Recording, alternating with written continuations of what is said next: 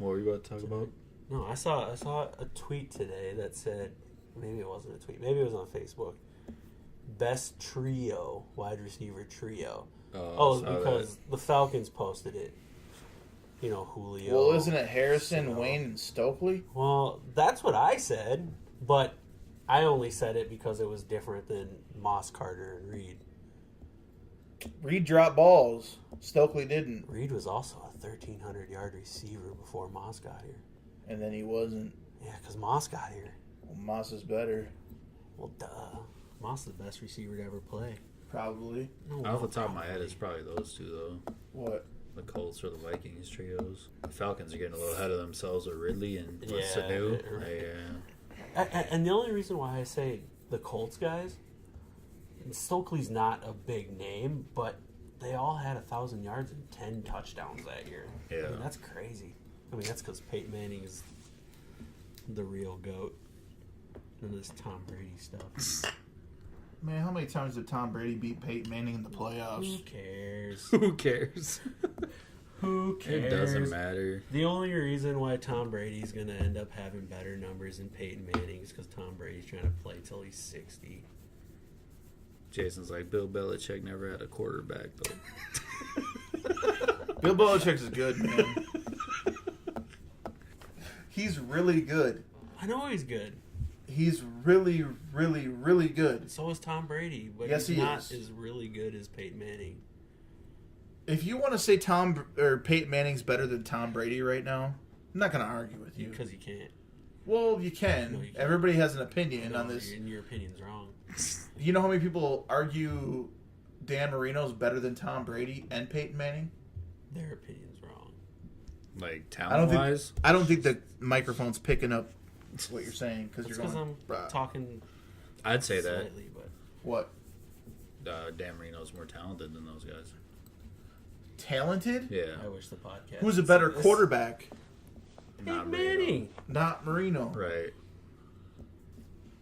I respect Peyton Manning most for realizing that he was old and couldn't throw anymore and just reading the defense on the other side of the field and winning a Super Bowl for the Broncos while knowing he wasn't elite anymore and still winning that Super Bowl. That was the coolest moment in Peyton Manning's whole career. I know, I cried. In my opinion. This dude was such a G. He walked out there and he was like, oh, he's blitzing.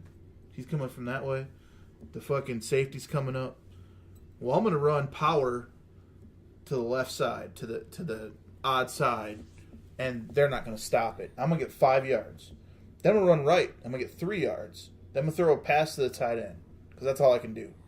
And he fucking picked these teams apart, and he let his defense play, and he won a Super Bowl. Tom Brady's more epic in my opinion because Peyton Manning's more epic in my opinion because of that than he is for throwing 50 touchdowns.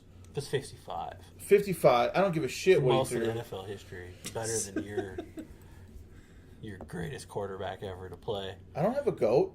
Yeah, you do. No. In his first year starting. Yeah, exactly. Pat scoffs at his 50 in the first year that he started. Are you talking about Pat Mahomes? Yeah. Dude, Pat Mahomes is a gangster. He's not a gangster. You're mixing together Aaron Rodgers type talent with arguably some of the best defensive breakdown and reading that you've ever seen. And then you put an offensive coach on top of it. I don't know, man. He might be on a different level. I already said he was on a different level 2 years ago when he was a fucking rookie and nobody was... People are laughing at me. I can tell you right then that he's the best quarterback in the NFL. And he is.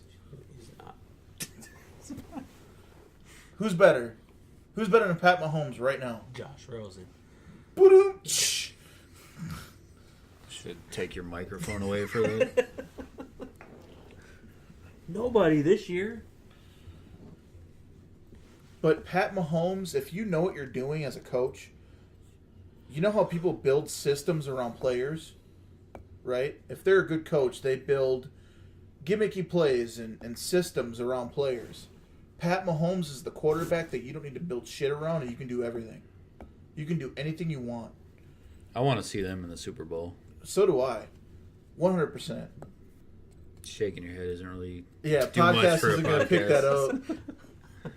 I want whoever wins out of the AFC to win. No, I'll be 100% honest with you. I want the Rams to win the whole thing. But Goff is weak. No, he's not. Yes, he is. No, he is not. Goff is another guy who has an offensive genius who is pulling him through with a system. He has phenomenal receivers. He has a great running back. He has a great line. Goff would not last 5 minutes behind the offensive line for the Vikings. Why is Goff has a phenomenal running back, phenomenal wide receivers, a great offensive line, and a great offensive-minded head coach? Why is that an excuse for Goff, but not an excuse for Patrick Mahomes? He's got the exact same stuff, basically. A great wide receiver, a great tight end, a really good offensive line, a great offensive-minded head coach. I agree with you. But Goff has like 30 touchdowns and Mahomes has like 50. Goff to me is my kind of prototypical quarterback. That's fine. Okay, hold on. Goff is a decent quarterback. He's above average. I think he's a good quarterback. Okay? He has... Have you followed at all what Sean McVay has done? Have you followed at all what Andy Reid has done? Well, forget, and I'm asking you about Sean McVay. In the last 2 years, the reason he was hired, his photogenic memory. He's able to remember a defense when a defense is called against his offense in week 2 of last year. He can remember that exact same play this year when he faces the same team, and he knows exactly how to adjust to them. Goff actually has a better offensive coach than Patrick Mahomes. Patrick Mahomes has a good offensive system coach that has built something around an elite talent, okay? But has folded under pressure time and time again. Goff has McVay. McVay is the one coach that can keep up with Peyton in the new NFL. The 4 top scoring offenses in the NFL is in the championship games for the first time in the history of the Super Bowl era. The Rams is the weakest one out of the 4. But the one thing that keeps them in and the one thing that makes them intriguing is McVay. It's not Goff. I disagree. How is it Goff? The thing that keeps the Rams interesting is Todd Gurley. It's not just McVay. Todd Gurley's the best player on that offense. It's not just... I don't disagree with that. Sean McVay and Andy Reid are both offensive geniuses, and you can't say McVay's a better offensive genius than Andy Reid. Andy Reid's been doing this for 15 years. Yeah, I don't care about how long somebody's been doing it. I care about actual... Like, this dude's been a choke artist in the playoffs, right? He's gone to the NFC Championship, 4 years in a row with Philadelphia. Went to a Super Bowl with Philadelphia with Donovan McNabb. True. Made it to the playoffs. How many consecutive years with a limited quarterback in Alex Smith? True. And now he has a really good quarterback. More than really good. He's a really good quarterback. He's really, really, really, really good. He's a really good quarterback. That right there is the intangible. I personally would rather have a Goff-like quarterback. You would rather have Goff than Patrick Mahomes? Yes. I would not. That's fine. That's fine. No, and that's okay that you'd rather have Goff than Patrick Mahomes. I don't have to worry about Goff running and getting his head taken off. Goff is a statue in the backfield. And those guys don't get hurt. Patrick Mahomes reads defenses better than Goff. Patrick Mahomes also can run. Yeah. And he's going to get his head taken off at some point. That might be true. That might be true because in the NFL, running quarterbacks do take more of a beating. I completely agree with you on that. Does he run that much though? No, he makes time with his feet, but he runs not to gain yardage, but to keep looking downfield. I think at some point he's going to get hit. Forget the intangibles. Let's look at the actual, I guess, measurables. Okay, who's faster? Mahomes or Goff? Goff can't run. He's basically Phillip Rivers behind the offensive line. So Mahomes. Yeah. Okay. Who's more accurate? I can't say Mahomes is more accurate. Why not? He has 50 touchdowns. He has 50 touchdowns. That doesn't mean nothing. And you're gonna base all this off of 1 year. Goff had a year where he learned how to play quarterback under one of the worst coaches in the history of the NFL. Learned? The dude was the first overall pick. How do you learn how to play quarterback after your first overall pick? Learn how to play quarterback in the NFL under Jeff Fisher. That set him back years. McVay comes in and now he's finally starting to figure out how to, put his talents towards, playing quarterback. The guy had a phenomenal year last year, and you're completely, completely pushing it aside. I'm not pushing anything aside from Goff. You kind of are pushing it aside. I don't. You said he's an okay quarterback. He's above average. Okay, what? He's 14th in the league, 15th in the league. He's compared to number one. He's way better than that. He's above average. So I already said Pat Mahomes was the best quarterback in the league this year. So you're saying I'm just saying 14th? My personal preference. You're saying he's 14th, right? To you. No. I didn't say he's 14th. You said he's above average. Average would be like the 16th best quarterback. So you're saying he's top 10? I think he's top 5 or 6. Goff? Yes. I mean, let's start naming quarterbacks who's better than Goff. I can't tell you that Brady's better than Goff. Tom Brady? No, I can't. Look at the numbers. Should we start looking at numbers? Well, there's these things that come in called rings and playoff numbers. I'm not talking about rings. But what about playoff numbers? I'm talking about a 42-year-old quarterback right now. So you're saying right now you would rather have Goff than Brady? I can't argue that. I would rather. Okay, but you said he's top. I'm building it off of this year. Okay, so let's build it off this year. I think Goff's numbers were better than Brady's this year. I don't even know what the numbers are right now. I don't have anything at the tip of my finger. So, 42-year-old quarterback versus 24. Sure. Obviously, you're going to take the 24-year-old quarterback that's above average and in the top 10 in the NFL all day long because that's going to make your franchise different. Okay. Goff also has a top 3 running back.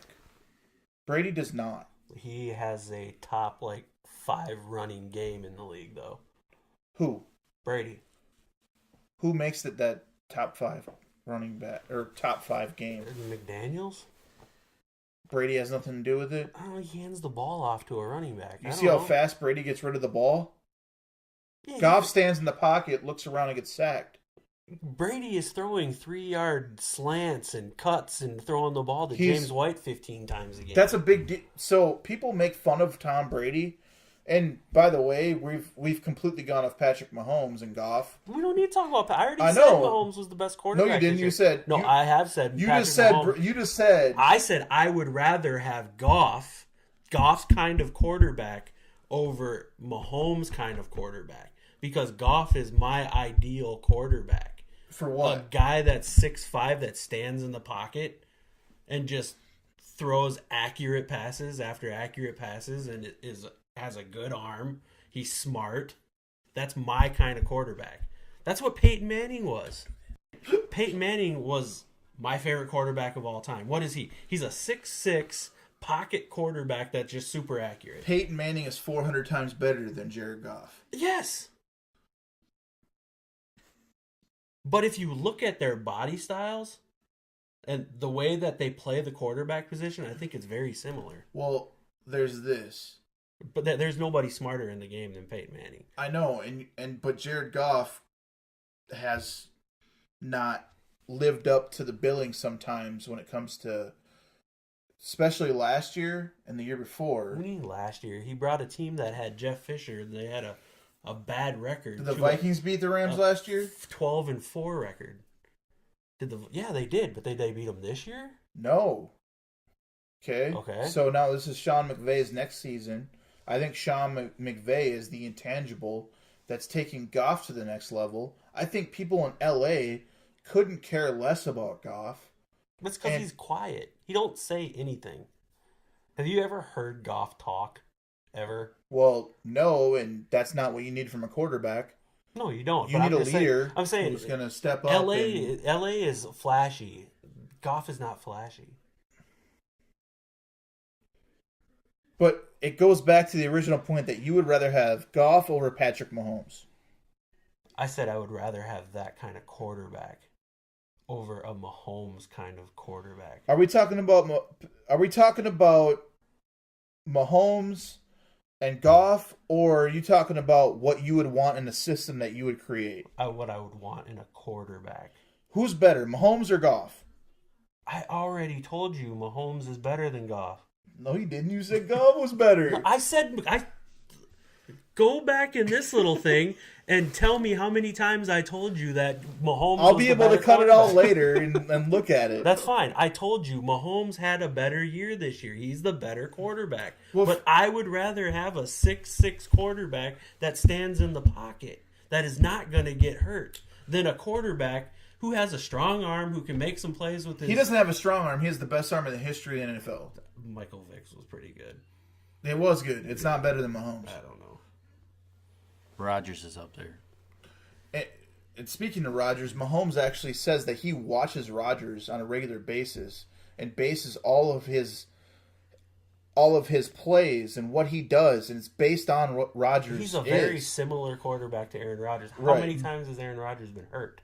How many times did Aaron Rodgers win the Super Bowl? Once. How many times did Jared Goff win the Super Bowl? This is in his third year. Yeah. How many times has Patrick Mahomes won a Super Bowl? About to be one. Unless their choke artist coach doesn't get him there. I think this intangible of Patrick Mahomes overrides the choke artist coach. I think the choke artist coach now has a talent that he can do whatever the fuck he wants with. You know what I mean? He's got to beat Belichick. This argument is getting me excited about tomorrow's games, by the way. There's going to be a lot of questions answered tomorrow. It is going to be a lot of questions I answered want the tomorrow. Rams to beat the Saints tomorrow, but I honestly, if I had to bet on it, I wouldn't bet on the Because Rams. the Ram. Let me ask you this: all the money that the Rams and all the attention the Rams put towards the defense, knowing that they have Goff, knowing that they have Gurley and they have McVay, don't you think that defense is now maybe going to hold them back in the next couple of years because of how much bad? Yeah, it's bad. Yeah, it's really bad. And the Saints defense is actually pretty damn good compared to the Rams. Is Breeze better than Goff right now? Probably not. If you look at pure talent and arm strength and what you do in the pocket, and Breeze has had some shaky moments lately. Right. He goes for the big shot right away, and it's underthrown, it's intercepted. Yeah, he don't have the arm to do it. Tom Brady still has the arm, but Tom Brady's not dumb, and it's called replacing a defender. You know, you send the weak side linebacker in. If you got a guy that's flash out in the flat there, you're gonna take that shot. You're going to take that 5 yards every time.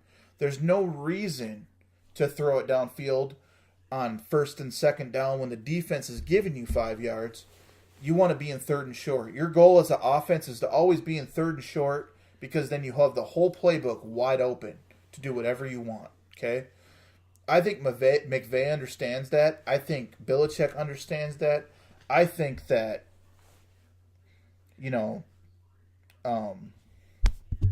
what's his name? I don't know if Sean Payton understands that. Sean Payton doesn't understand that. XXX Tentacion. Yes, XXX Tentacion understands that. Andy Reid understands that. Sean Payton is cocky. Now, Sean Payton's cockiness... Is that who you're thinking of, Sean Payton? Yeah, I was thinking Sean Payton doesn't have it the whole time. Sean Payton's cockiness leads to sometimes his demise, but at the same time, his cockiness leads to wins. in this Rams-Saints game, I want the Rams to win because I don't like Sean Payton because he's super cocky. His team is obviously part of Bountygate. That most physical playoff game of all time that Sage Rosenfels always describes changed the rules in the NFL into flag fucking football. We aren't allowed to touch the quarterback anymore. You're not allowed to just kick a field goal in overtime anymore. All this shit's changed because of that game, okay? Sean Payton still, his cockiness is going to get in the way maybe of him winning against Sean McVay, who's the younger coach. I don't like the Saints. I don't mind Breeze anymore. I'm still the guy who, as people get older, I start to respect greatness. I used to hate Drew Brees because he didn't come here in the first place when he was coming from San Diego to New Orleans. Not that it was our fault or his fault or anything like that. I thought that maybe that was the guy for the Vikings at the time.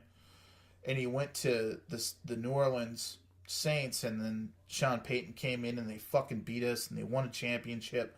God damn, I hated Breeze in 10. I hated Breeze in 2010. I hated Breeze in 2011. I hated Breeze in 2012. I don't hate him anymore. I respect him. He's one of the best ever. He is the worst quarterback right now left in the playoffs. Right now. And he has an elite coach that can adjust to anybody. But McVay, man, that guy is on a different level. And I think McVay leads, his success has led to a lot of Goff's success. And the people in LA actually wouldn't mind or care if Goff was gone in a couple of years. I don't know why that is. Why is that? LA wants flashy things. I'm telling you. Goff is not a flashy player. Again, look at the players I kind of gravitate to. Peyton Manning, statue quarterback.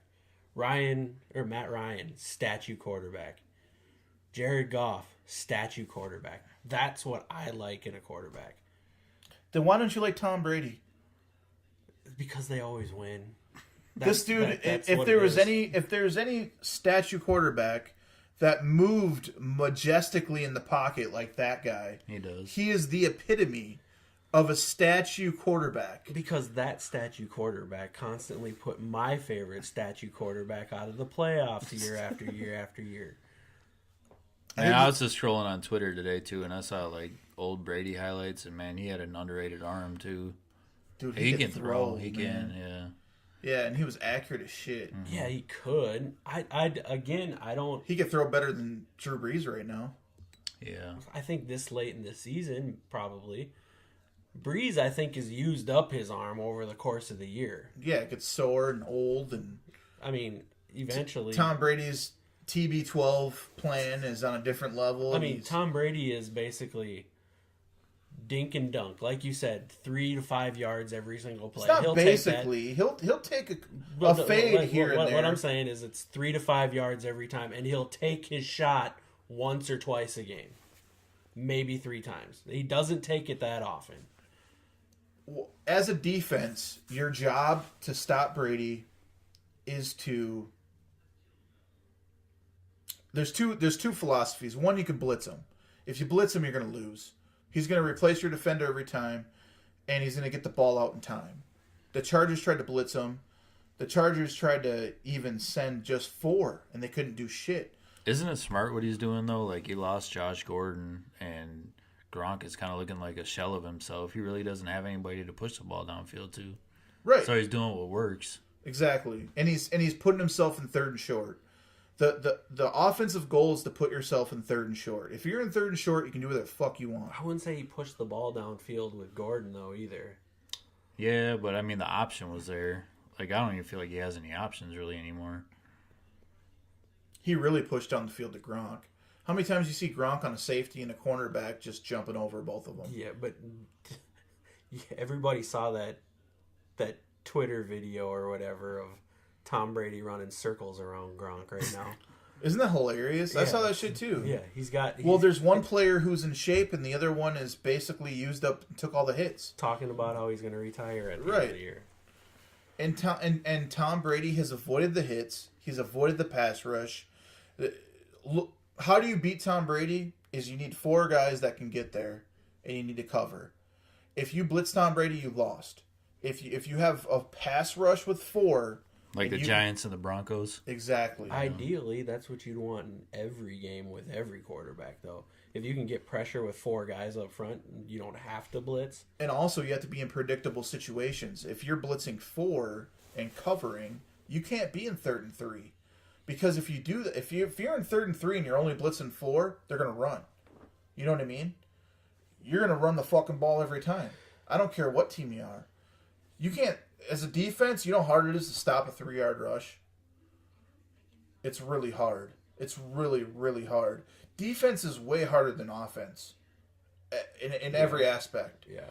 But the offense sells. The NFL know the offense sells. All the penalties, all the plays, the whole fucking marketing campaign is geared towards offense. Defense is literally left in the dark now. You know? If you're in 3rd and 3, you can do what the fuck you want. And that's why it bothered me when the Vikings didn't get first downs on 3rd and 3 with DiFilippo. When he would come out in an empty set and he'd have 5 wide and 3rd and short and 4th and short, you're showing no threat of run. And now the defense knows all I have to do is rush 4 and cover you guys. That's all I have to do. And we'll stop you. You know what I mean? If there's no threat of run, there's not that extra linebacker, that extra safety that's going to come up in the box and try to, and maybe, I guess, put himself out of position to cover a pass. You know what I mean? It's predictable shit. So 3rd and short, you'll be able to do whatever you want, and Tom Brady's the best at taking advantage of whatever the defense gives him. Goff can push the ball downfield good. He has good accuracy. He has a good offensive coordinator. Well, I guess it's his coach. And he also has a really good running back. Quarterback's coach is getting a head coaching job now, too. Okay, realistically speaking, as a coach, okay, if I were to build a team, I'd go Mahomes, Goff, Brady, Breeze right now. What if you had to win one game? Brady. Number 1. I'd still take Mahomes. And I'm not trying to be a homer right now. There's just more. There's way more you can do with Mahomes. Yeah. I can't get a good feel of who's going to win tomorrow. Like, obviously we talked about it on the last podcast, and I picked the Saints and the Chiefs, but I'm having second thoughts now. Like, I thought the Saints were kind of going to sail, having their home field advantage and the type of team that they have, but the Eagles gave them a run for their money, so I'm kind of like, knock me back. I told you guys that when that was 14-0 that he would adjust and it'd be a different game. Yeah. Sean Payton's a good coach. He gets cocky and he puts himself in trouble, and then he's like, oh shit, I need to do this. That home field advantage they have helps a lot. It's a huge deal. Yeah. I think this is how the AFC game's going to go. So the game's going to start, and you're going to see a Saints game with Philadelphia. Chiefs are going to be up 14-0 within the first quarter. Okay? Brady's going to respond and score a touchdown, and the fucking Chiefs are going to score twice more. It's going to go 28-7 in the halftime. They're going to score another touchdown after half, and the Chiefs are going to win 35-21-ish. And they're going to hold on towards the end. And Brady's going to do whatever he can to come back, and he's not going to win. And the Chiefs are going to go to the Super Bowl. The Saints and Rams side, if McVay knew what he was doing and actually fucking wanted to win this game, he wouldn't come out and pass it all. He would run, and fucking run some more. And he would control the clock. He definitely can right now. He's got Gurley and CJ Anderson that are running well. So if he doesn't get too cute and he runs, I think they can win the game. But there's this weird intangible of how that building is and how that crowd is and how loud it gets, and Sean Payton and everything that goes with facing the Saints that we've seen with the Vikings when the Saints went to the Super Bowl and won. It's going to be interesting to see. I think I'm going to go on a limb and say that the Saints win a close game, and there's 4 touchdowns scored on each side, and I don't know what field goal is going to be missed or made along the way. I think the Saints win a close game, but I give the Rams a chance, and I want the Rams to win. I want it to be a Chiefs and Rams Super Bowl. And we'll do a podcast before the Super Bowl, and we'll give our predictions then. But that's how I see things playing out. I could see that, though. That Chiefs-Rams regular season game was pretty epic. It's probably the most entertaining game of this regular season, so... What do you think? I feel like the stars could align to make that happen again. If I had to put money on it, it'd be Saints Chiefs, but I'm going Chiefs Rams. Is what I want it to be Chiefs Rams, and I'm not gonna. It's nothing like when you're a Peyton Manning fan, and I was trying to poke at you. When I want the Chiefs to win this year, it's literally me only wanting to be right. Okay, I've said Patrick Mahomes is the best quarterback in the NFL when he wasn't playing. And I'm going to stick to it at this point. I'm playing with house money. I'm doubling fucking down like TJ said, right? I'm saying he's the best quarterback of all time. All time. All time. He's not the best quarterback of all time. Not right now. Not after year one. Not after year one. Absolutely not. And if Brady beats him, I'm going to go for Brady because I respect that legacy and I respect what the Patriots do and I respect Bill Belichick. And it'll be fun to watch. Either way, I love football. You know, if it's Patriots Saints, I might not watch. You're watching. Yeah, that's the only way I'm going to go for the Patriots. Is it Patriots Saints? It's the only way I'll go. And there's a very likely chance that's the Super Bowl. And God damn it, I hate Sean Payton, but he's a really good coach. And Breeze is a really good quarterback. And Kamara, dude, if you put Kamara with Mahomes, holy shit. Like, Williams is okay. Fucking, I already forgot his name because he got kicked out. XXX Tentacion. Yes, XXX Tentacion. Kareem Hunt. Can you imagine Kamara with Mahomes and Reed? What's that, a 60-point game? You know what I mean? I can see Kamara with Peyton and Breeze. I don't necessarily know how that's going to be any different. Well, one quarterback's better and the other one's not. One quarterback can throw it downfield, the other one can't. But I don't, outside of a couple plays, I don't remember Kamara necessarily being a deep threat. Oh, yeah, I'm not worried about a deep threat. Forget that. What if Alvin Kamara took James White's role? That'd be ridiculous. I like James White, though. He's a good player. The James White-Patriots? Perfect for that role. But Bill Belichick's such a good coach, he can make anybody be that role. He can take LeGarrette Blount and give him the ball for 4 yards of carry and control the clock. He can do whatever he wants. He's a chameleon to his personnel, and everybody wants to be Belichick. Well, he takes what you do well, and he takes it away. Yep. And they know what they're looking for in players to fill the roles that they need, though. Yeah, which is why the receivers are all the same guy. It's always the same guy. So who do you have in the Super Bowl? I just said I want it to be Rams. Who Chiefs. do you have in the Super Bowl? With money on the line? Yep. Saints, Chiefs. Okay, who do you have in the Super Bowl? Who do you want it to be and who do you have? Chiefs and Saints for both. TJ loves Alvin Kamara. So. I do. Dude, he's a monster. Imagine if they gave him the ball more. They might. Got to get Taysom Hill involved. He sells jerseys. That's the gimmicky crap I cannot deal with. Why? Ugh. Why do you hate... You call it gimmicky, and all it is a wrinkle. It's just their offense, and they're like, you know what? We know what you're going to run against us here, and we're going to come up with this play we made up this week. I can't.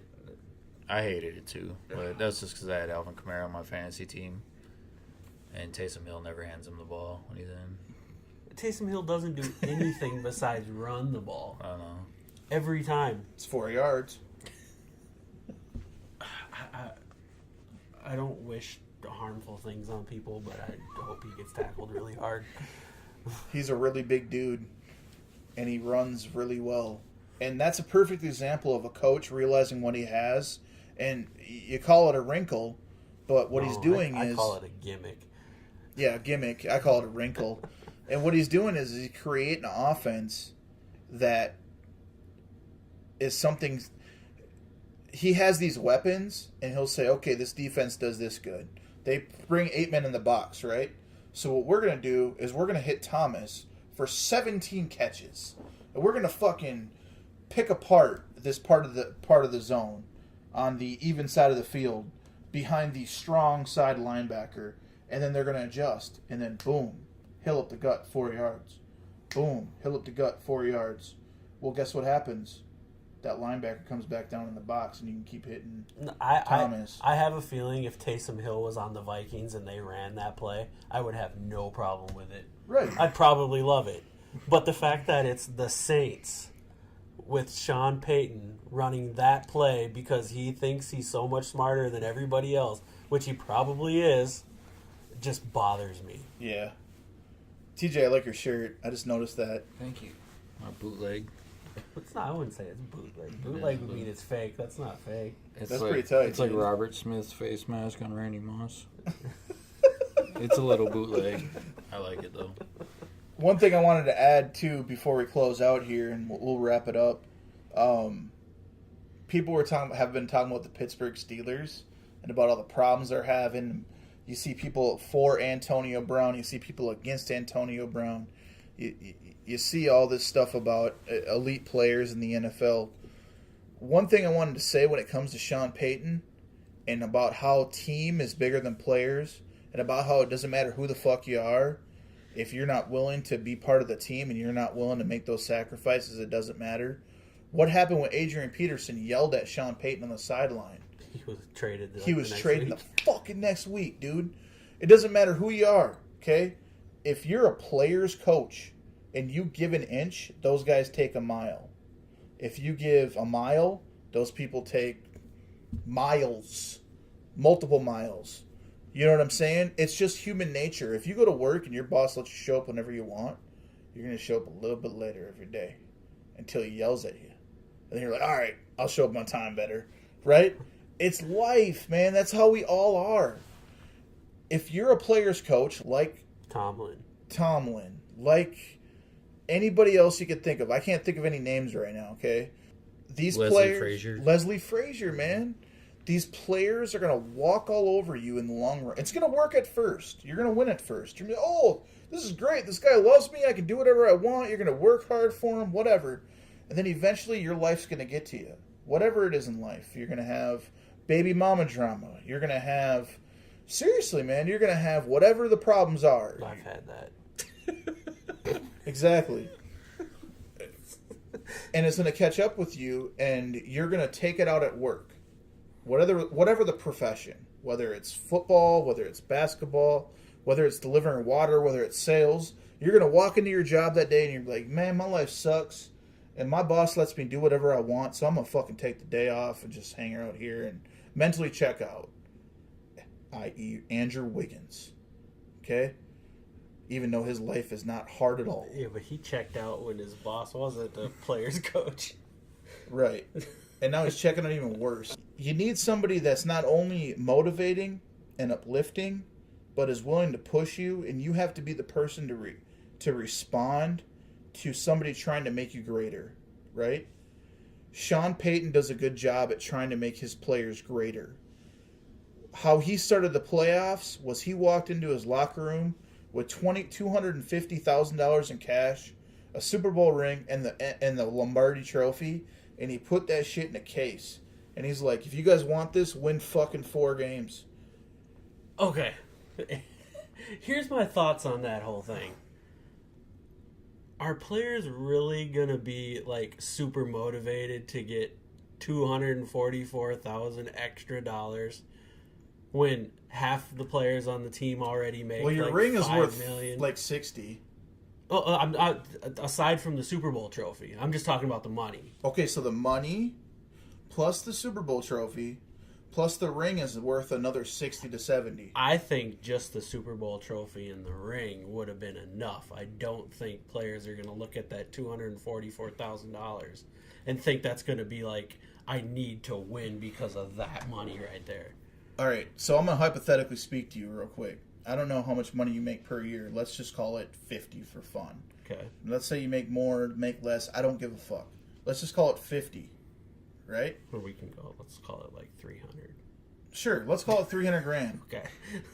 Let's say your boss walks in and he says, okay, you make $1,200 this week, $1,300 this week, but here's $200 cash, and he puts it in front of you, two $100 bills, and he says, if you get two extra cooler sales today, I'm going to give you both of these.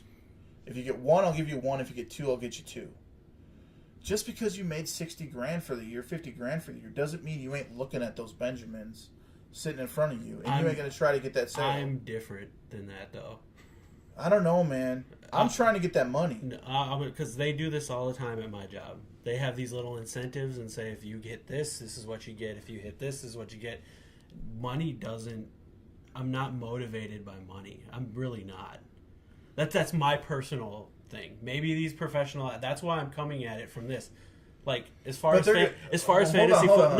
No. As far as fantasy football goes, I'm more excited for that than the $325 I won. The trophy? Yes. I'm more excited... But that was part of the package.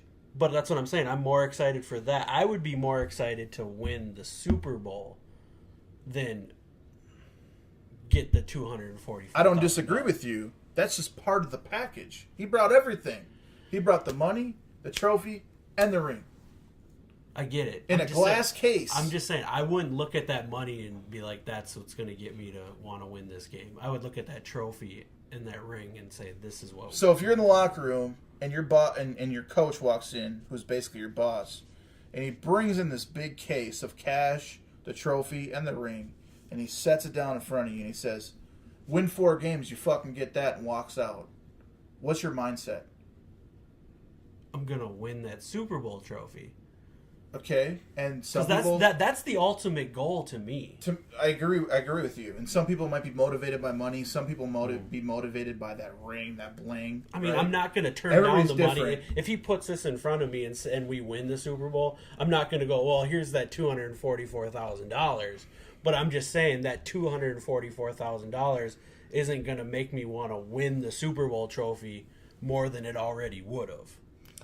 That's just something that's extra in what I've already wanted. Some people might value that $244,000 over the Super Bowl trophy. Absolutely. So he was able to connect to 3 different people there with the ring, with the trophy, and with the money. So he did all 3 in one thing with one sentence and walked out. I mean, I get it. I'm just saying, with me personally, I thought the money was a little too much. Too much? What do you mean? I'm just saying, I forgot people that make millions of dollars a year. I don't know if $244 is $244,000. Whatever, $244,000 is a lot of money, and you get let's say it's 40, half of it's tax. So you 40% get tax. So you get 120. Yep, that's a lot of fucking money, Pat. No matter what kind of money you make. Oh, I can buy another Lamborghini when I already got 4 of them. No. If you're smart, you don't buy a Lamborghini. You put it in the bank, make interest on it, pay for your kids' college. I'm a very materialistic person. Then why do you like trophies over money? Because that's a material thing. That's like, I like objects. I guess that's a trophy is a symbolization of what you've accomplished. Yes. And if you like accomplishments and being number one over money, that's fucking awesome. And I completely agree with you. But some people like money over that. Mm-hmm. He covered all those people in one sitting with one sentence. And that motivation right there is a big deal. I completely get it. It's not just... You're not just trying to appeal to the people that want to win the Super Bowl. Is he a genius for that? No. Has other coaches done that in the past? Probably. Right? Yeah. But we didn't hear anything about what Sean McVay did. Bill Belichick, don't even talk to them. So? We've been here 19 times. You better get to the fucking Super Bowl because that's what matters. Right? what did the Chiefs do? What did Andy Reid do? You don't have no trophy to bring Exactly. in there. So there is a mental part of this that always gets overlooked, and it leads into any sport. If your boss walked into you, TJ, and he said, if you get 60 stops done today, I'll give you an extra $200 cash. You can pick it up when you get off work if you do it. Would you do it? I'd try, yeah. Hell yeah. Right? You try. I do 60 stops a day already, so it wouldn't be any different. Yeah, his deliveries are a little different than yours. Yeah. I know that you do a lot of shit, right, at your job. And I'm just trying to bring this down to real world application, which is hard to do when we're talking about millionaires. And it's hard to find ways to motivate these guys. 53 different people. Right. It's hard in football. So how do you, guys like Sean Payton and Bill Belichick and Andy Reid and Sean McVay, they find all these different ways to motivate their guys to get to this elite championship level. So what the fuck is Saunders going to do with the Timberwolves? We're going to rebuild. I'm excited about it. Sound like it. Yeah.